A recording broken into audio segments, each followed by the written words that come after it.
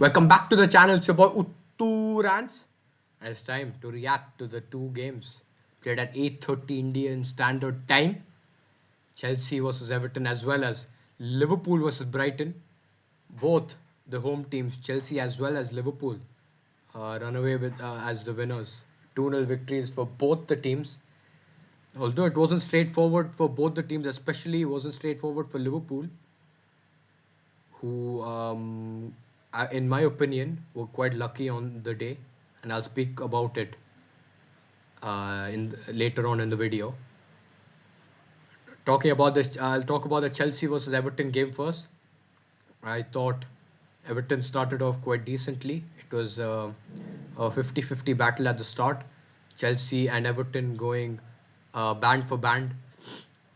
I wouldn't say in terms of creating opportunities or missing opportunities, but I would say in terms of possession, the midfield battle. I thought Idrissa Gay and James Garner did a very good job in the midfield against Enzo Fernandez and Cole Palmer earlier on. Reece James earlier on.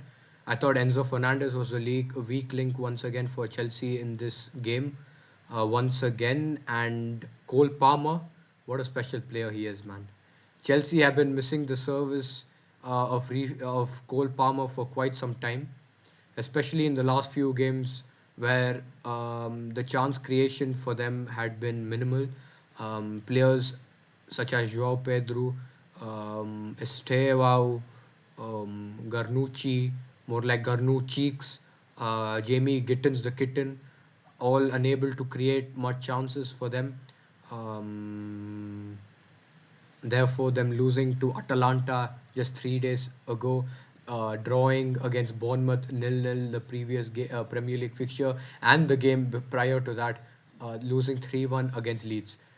Missing, you could see what was wrong with Chelsea. They were missing Cole Palmer. Cole Palmer is back in the playing 11 today.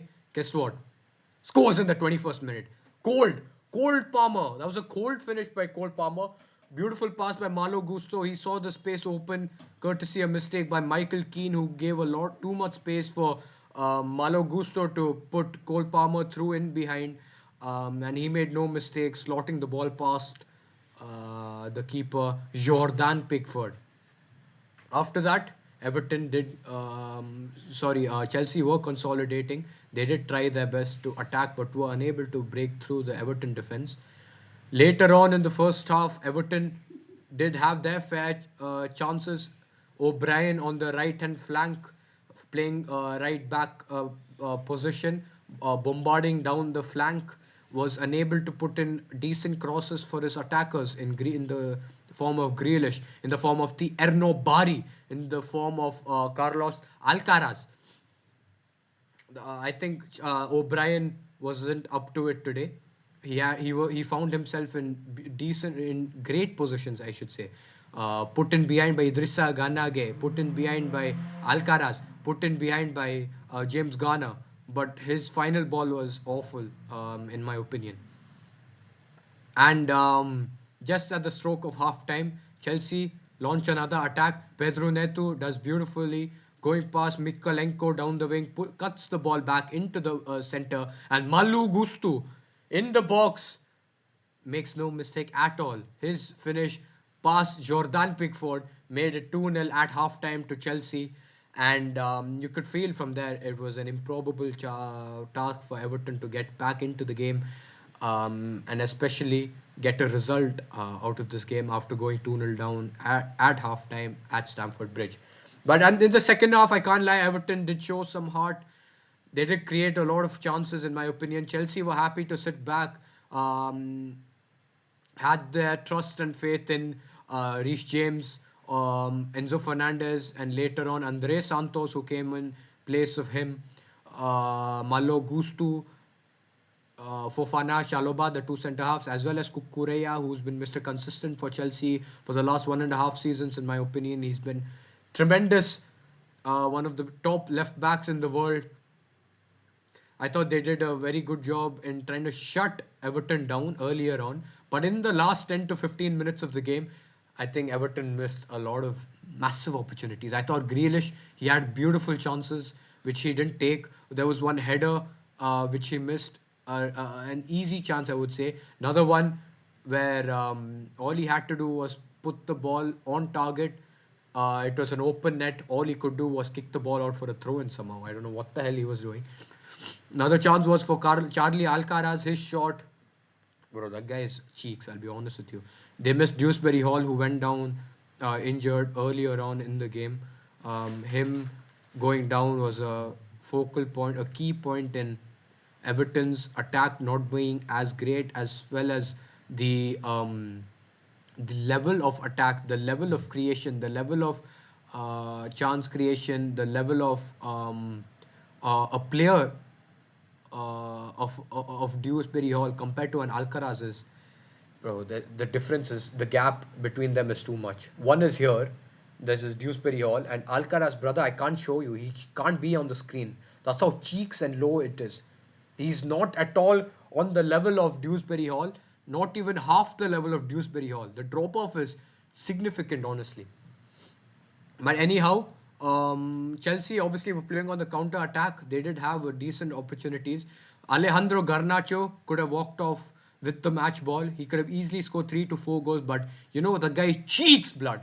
The guy cheeks. He ain't Garnacho, bro. He ain't Garnacho. He's Garnacho cheeks. I'm telling you, he's so bad. It's oh my god, I can't even describe how bad he is. Because there are no words in the dictionary to describe his performance today. Honestly, in Hindi we call him ghar mein naach. Ghar mein naach. That means go dance at home. Because that guy is a cheeks baller. Anyhow, I thought overall Chelsea did what they had to do. Fofana was a standout defender for me. Maybe even if you look at the player ratings today, you can see for Everton, Mikolenko, they're saying James Garner, as I was saying, and Idrissa, they're one of the higher rated players because they were doing a great job in the midfield for Everton. India, he was the best attacking threat, yep, 100%, putting good balls into the box, which were not converted by the attackers. Look at Bari, 5.6 rating, that's crazy. Beto, 6.1, brother. No point of giving service to such players, honestly. And for Chelsea, you can look at the back line. All were tremendous. 8.8 Gusto, 7.8 Fofana, 7.4 Chaloba, 7.2 Kukureya. I don't know how Enzo Fernandez got a 7.5 rating because he wasn't good at all, in my opinion. Even Andre Santos came on, 6.4 rating they're given him. Obviously Enzo Fernandez wasn't taken off. Palmer was taken off. Enzo Fernandez moved into the attacking midfield role. And then Andre Santos played next to Reece James to bring in more stability, which worked. And if you're giving Garnacho a 6.8 rating, you should give me a 7.5 rating for my commentary on the game, honestly. How on earth has Garnacho got a 6.8 rating? I can't believe it. He should have gotten a 4 rating for the amount of chances he missed. Brother, I can't, man, with this foot mob. I don't understand who the hell makes these ratings sometimes. Brother, it's unfathomable. But anyhow, that's it for the Chelsea-Everton game. I thought Chelsea, in the end, they were deserved winners. Even if you look at the stats in the game, Chelsea 100% I felt deserved the victory. You can see here, Chelsea 2.07 expected goals, and I think 1.5 was just Garnacho, I'll be honest with you, and 1.03 for Everton. Even shots on target, big chances. You can see it's clearly towards Chelsea. So I thought Chelsea were deserved victors in this game. Moving on to the Liverpool game. Liverpool started off the game tremendously, in my opinion. Hugo Ekitike scoring in the first minute of the game. A lucky bounce of Joe Gomez's head landed in the path of Ekitike in the box, and he made no mistake at all with the finish of his half volley past Verbruggen, who I thought, in my opinion, could have done better there because it was straight over his head. That bum, I don't know what he was doing. Moving like a slow motion twat. Anyhow, Ekitike though did his job, shooting his shot on target, making it 1-0 to Liverpool. After that, I thought Brighton had the possession in the game, not creating much chances for the next 15 minutes. But after that, Liverpool took over the game. For the next 15 to 20 minutes, created chance after chance after chance. McAllister had two massive opportunities. One where he should have put Ekitike through on goal, but no. I don't know what he tried. He went for a half shot, half through ball. The ball went straight into the path of Verbruggen. And the other one was more salad, pass it to McAllister with a good pass. McAllister, rather than shooting, I don't know, tried to square it, but he passed it to Verbruggen once again, wasted two massive opportunities. Then Ekitike had another good chance. His shot off target, unfortunately, just off target, he tried his best, tried to bend it into the far post, but he was unable to do so. There's another play where Ekitike carried the ball going past 2 to 3 of the Brighton midfielders and defenders, going past them, took a shot, dragged it just wide of target, unfortunately. But Ekitike, man, I'll be honest with you, he was tremendous in this game. Tremendous, I'll be honest with you. He's been Liverpool's probably the second best player this season. Not just in terms of performances, but also in terms of consistency. Soboslai obviously takes the crown, takes the throne in that regard. But after him, it's clearly Ekitike, and then it's a drop off, in my opinion. But apart from that, in the first half, Liverpool should have been 3 or 4 up, honestly, in my opinion. Brighton were unable to create clear-cut chances in the first half. But once the second half started, I don't know what Brighton players did. I'll be honest with you. I think I know what they did. I think they removed their shooting boots off, wore on some chappal or something, shipped their shooting boots back to Brighton. No cap. I'm not even joking, blood. They go onto the field, chance after chance after chance after chance after chance. What they do? What did they do? The goal is right here. The goal is right here. The shooting is here. The shooting is there. Shooting is there. Shooting her out for a goal. Throw in. Shooting her out outside the stadium. Making people go fetch the ball from outside the stadium and bring it back. What the hell were you doing, blood? What the hell was going on, Brighton? Chance after chance after chance. You're just 1-0 down. All you had to do was put the ball on target. And it's a goal. 51st minute of the game. Gomez. Open goal in front of him. Diego Gomes. A ball put in by Gruder into the part of Gomez. All he had was an open goal. And he kicks it to the side netting somehow. Bum, blood. Bum. What an opportunity that was to get level into the game. But they miss it. But then Ekitike goes on and makes it 2-0 for Liverpool. It wasn't done then though. Brighton kept attacking, kept creating chances. Rutter, bro, that guy, bro, he kept kicking the ball into the gutter. Rutter the gutter, bro. That should be his name from now on, bro. That's his nickname. I can't even lie. Missing chance after chance after chance. Guys, oh my god, man. Easy chances that too. Another one, Diego Gomez threw on goal. Shoot it straight into the legs of Alisson.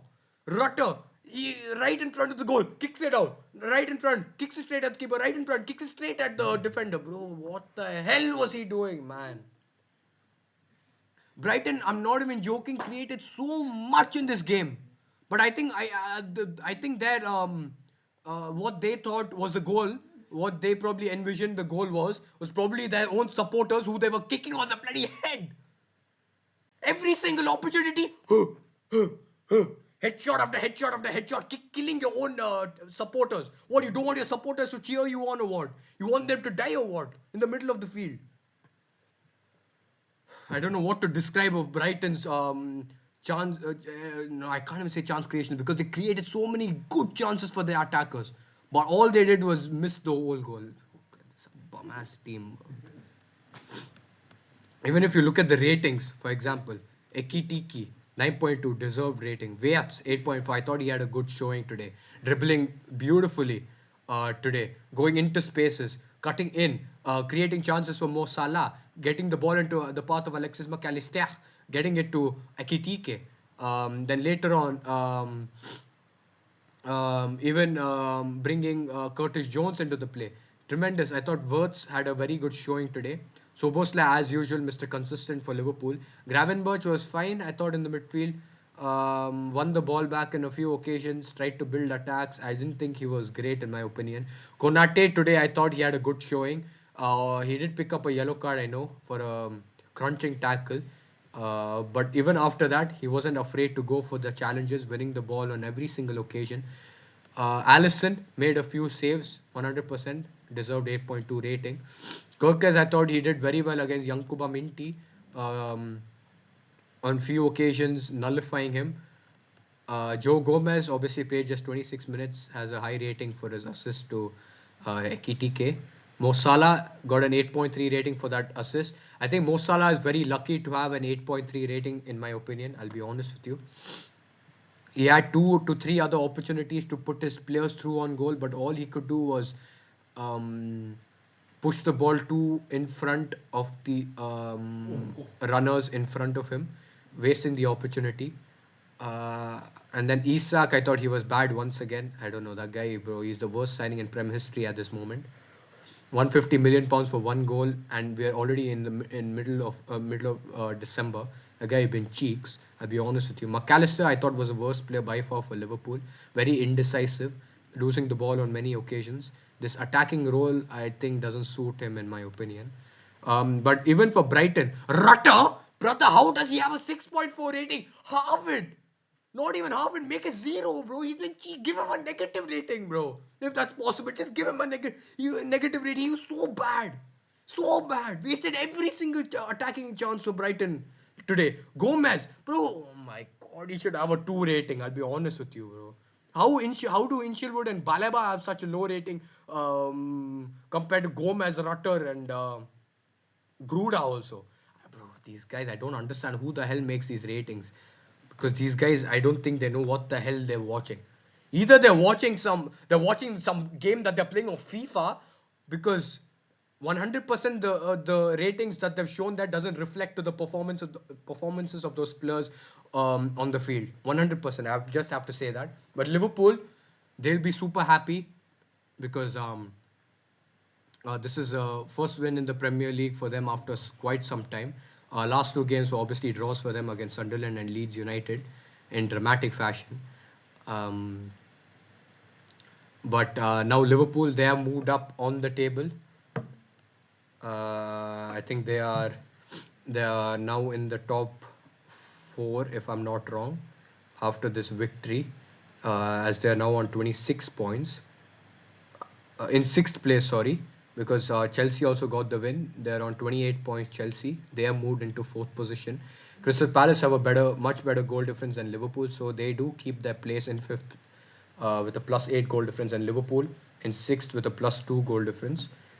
So that's an improvement for Liverpool, capitalizing and consolidating on their midweek victory against Inter Milan, which was a confidence booster in my opinion. Away victory in San Siro, that's boosted their confidence, and that's propelled them to get this victory against Brighton at Anfield. And Liverpool players, staff, the manager Arne Slot, and the supporters will be super happy with this result, as now they can see and hope they'll probably hope that Liverpool can now consolidate, carry on this momentum, um, and push up higher in the table by winning the crucial games coming in December. Anyhow, hope you enjoyed the video. Hope you enjoyed the reactions to this video.